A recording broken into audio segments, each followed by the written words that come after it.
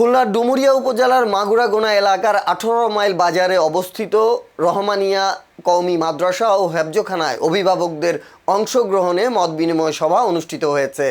শনিবার 11 জুলাই মাদ্রাসার পরিচালক ও দুবাই প্রবাসী শহীদুল ইসলামের সভাপতিত্বে অনুষ্ঠিত সভায় উপস্থিত ছিলেন মাদ্রাসার মহতামিম মাওলানা মফিজুল ইসলাম, মাওলানা আসাদুজ্জামান, হাফেজ মারুফ হোসেন, মাস্টার সুলাইমান হোসেন, আলেমা মুর্শিদা বেগম, আলেমা নূরজাহান বেগম, আলেমা সালমা বেগম এবং কামরুন নাহার রেশমা। এতে বক্তারা বলেন, শিক্ষার্থীদের আদর্শ মানুষ হিসেবে গড়ে তুলতে শিক্ষক ও অভিভাবকের সমন্বিত ভূমিকা অত্যন্ত গুরুত্বপূর্ণ।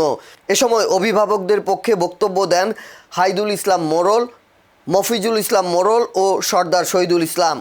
তারা মাদ্রাসার শিক্ষা কার্যক্রমের প্রশংসা করে ভবিষ্যতেও এ ধরনের মতবিনিময় সভা অব্যাহত রাখার আহ্বান জানান। সভা শেষে পরিবেশ সংরক্ষণ ও সবুজায়নের বার্তা ছড়িয়ে দিতে শিক্ষার্থী ও অভিভাবকদের মাঝে শতাধিক আম গাছের চারা বিতরণ করা হয়।